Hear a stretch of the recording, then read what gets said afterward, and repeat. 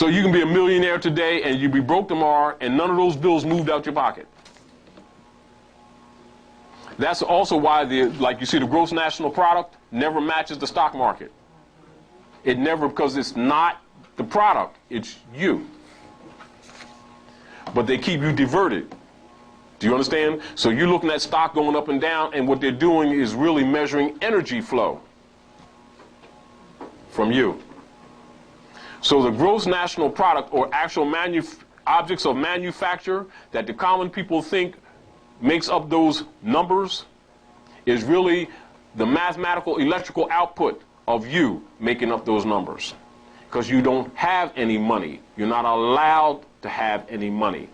And that's regulated. That's why when you go to deal with these banks which are using, and you can check it out for yourself, if any of your members of your family work in a bank, just ask them, what are the 10 points of codes that all banks operate on? They might look at you twice and not tell you, but they're operating on 10 points of the Uniform Commercial Codes. Commerce. All right?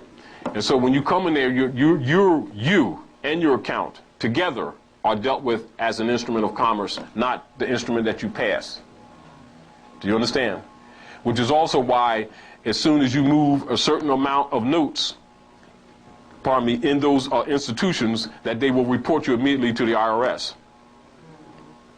And you can't even buy anything with a large sum of money. They have the outline of basically starting with 10,000, but you do 5,000, they'll call. Believe me. Do you understand what I'm saying to you? And the reason they do it is because they're working together. You think they're separate, they're not. Do you understand? So them, the hospitals, the politicians, and the international bankers are working together because they're holding you in bondage. So they also have the problem of the rest of the civilized world trying to put them in check. So they have the problem of, put it this way, isolating you.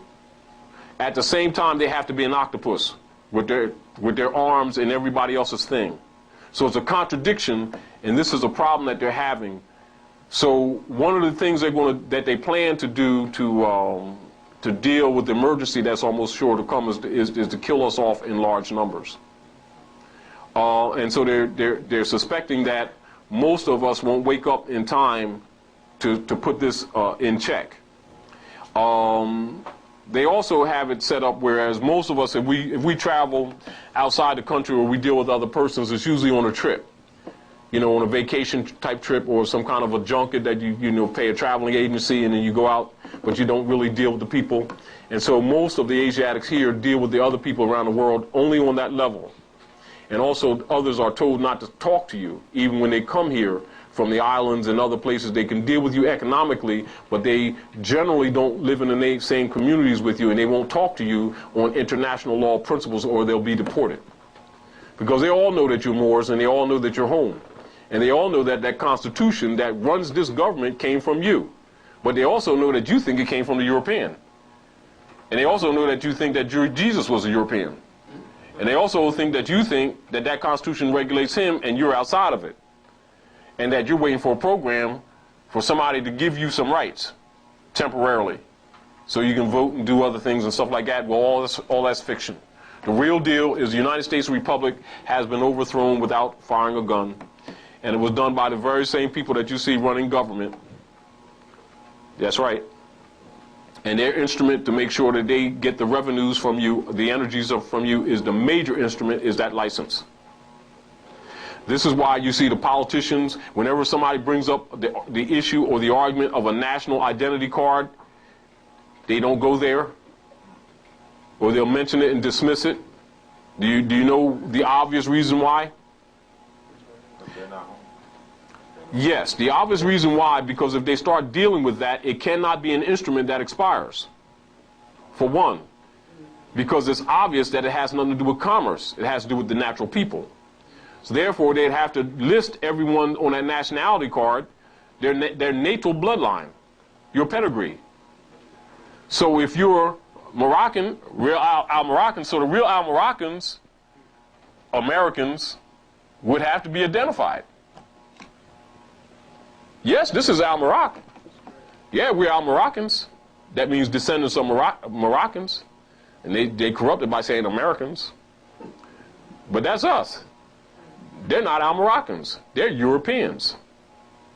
And see, so then you got all these grown adults that really believe that Santa Claus was real, and that bunny rabbits laid chicken eggs, and that human beings come in plaids, and light-skinned green people and dark-skinned orange people, and you can get light-skinned black leather coats at the mall. And you know, you really got a lot of adults that really are in that frame of mind, and they feel comfortable. But when you start examining things from a law position, all these things must be disseminated in their proper status. And of course, they will discover that they are living a fiction. Now you got a problem, because they recognize that they've been had. Some of them are so spooked that they won't get there. They know something's wrong, but they don't think, their attention span is like that. So it's going to be about 3 minutes. But one or two that haven't been drinking and drugging, that still can go up under the sun and not get burnt, and their circuitry is running, will recognize human beings are not crayons. Human beings have nationalities. They have national standards on the parkway that you can go right here in Philadelphia or the United Nations, and you see a national standard that represents the nations of the earth. And it don't say light-skinned green people here and the light-skinned black people here, and black comes in light textures, and you got the dark-skinned white people and the green-skinned brown people, and you know, you got a lot of boys and girls. And then plus, because of their arrogance and self-righteousness, you know, you start pointing out their inconsistency on the intelligence scale, they'll burn stuff down.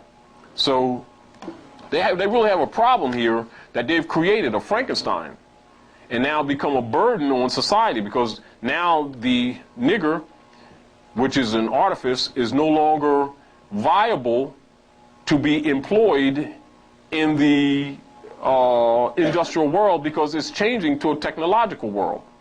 No different than, you're not going to get these people in here right now and say, well, we got some investments in some saddles. Who wants to invest? Come up and see the sister over here and put up your few $1,000s for stocks in the saddle companies. Now, you know, people still ride horses, but we're not going outside and hear some clunkety come down the street, because it really ain't happening. And so, you know, they're still building saddles, but they ain't really down with it. You know, you can talk about maybe some oil, some engine investments and stuff like that. And you know, like we used to take the cars and stuff, go in the alley, go in the yard, they break down, fix them, jump in there on the weekend, you know, put the family in, we do our thing, right? Now you need computers, because now they operate with brains. And you can still do some stuff, but you're limited, right? Then they have other advanced technologies that they haven't even installed yet, that are actually 20, 30, 40, 50 years old. But the people aren't ready. Not that the people aren't ready, they're not ready to deal with the problems that were caused logistically. All right, so they'll issue out little things at a time, but the real deal is that the economy is changing because the technology is changing. And so now you have a people that you dumb down, right? The world is at your footsteps, including their allies, that they've been robbing and subverting and setting up all these puppets all over the world for all these years, and they've created an atmosphere where now the world really wants to kill them, literally, and are willing to give their lives to take them out of here. And since we've always won all their wars, and we still talking about we. No, I'm serious. We still talking about we, and many times, a lot of our parents, a lot of us are here because our parents were in war and were allowed to come home with them. The Asiatics trying to tell them, brother, what are you doing here? War is not yours. What's up? And we still ain't caught on. But the world is not going to be destroyed for our lack of knowledge. And so you're going to start seeing more and more body bags with Asiatics in it who keep on fighting these wars for these Romans, who've actually defeated them and now using them to go around the world to and fro the earth devouring other nations. And we keep on rationalizing, you know, that's our identity. Do you see what I'm saying to you? So this license has a more far-reaching, is a more far-reaching and damaging instrument than you think it is. Because also, by being used as an identification instrument, when you are violated in the society, it's not like they violated a human being. And so it comes under the Artificial Person Act of the 14th Amendment, and so they can murder you, and it's just a civil rights violation. Do you understand? They